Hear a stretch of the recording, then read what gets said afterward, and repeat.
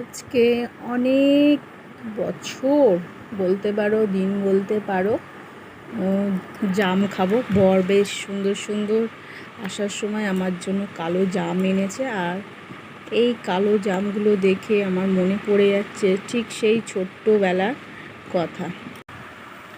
আর এই জামগুলো ছোটোবেলায় কুড়াতে চলে যেতাম রতন মাস্টার বাগানে। এই জাম কতবার যে জামতলায় যেতাম জামগুলো কুড়ানোর জন্য।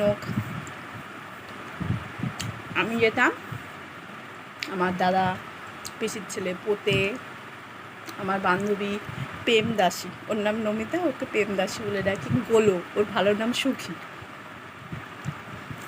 আর আমার দিদি পিঙ্কি, ভালো নাম অনামিকা। প্রমিলা, নমিতা ওই প্রেমদাসীর দিদি, প্রমিলা। আরও অনেকে আছে। সবাই মিলে রতন মাস্টারের বাগানে এই জাম কুড়াতে চলে যেতাম। রতন মাস্টার হচ্ছে গিয়ে আমাদের ছোটোবেলায় আমরা যখন ক্লাস 1-2 পড়তাম তখন উনি মাস্টার ছিল। উনি মারা গিয়েছে আজকে 1-2 বছর হচ্ছে। ওনার কথা মনে পড়ে গেল, অনেক ছোটোবেলার স্মৃতি মনে পড়ে যায়।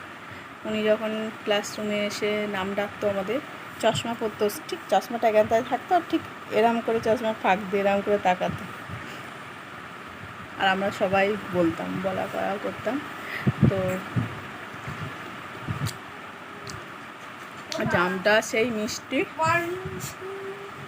এটা আমার বড় মেয়ে স্কুল থেকে আসলো, আমার ছেলে টয়লেট করে দিয়েছে, আমার ছোট মেয়ে ঘুমাচ্ছে। খুব সুন্দর জামটা খেতে।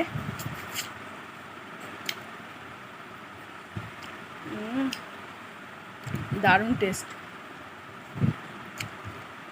কেটে খাবে। তাদের বাড়িতে বাগান আছে, জাম গাছ আছে, জাম কুড়িয়ে খাওয়া। অবশ্যই এটা কেনা জাম। আমার শ্বশুরবাড়িতেও আগে জাম গাছ ছিল, ঠিক এরম সাইজেরই জাম হতো, পেকে পড়তো। আর এত স্বাদ, এত রস মিষ্টি, দারুণ লাগতো। বাই। ভিডিওটা ভালো লাগলে একটা কমেন্ট করো অন্তত।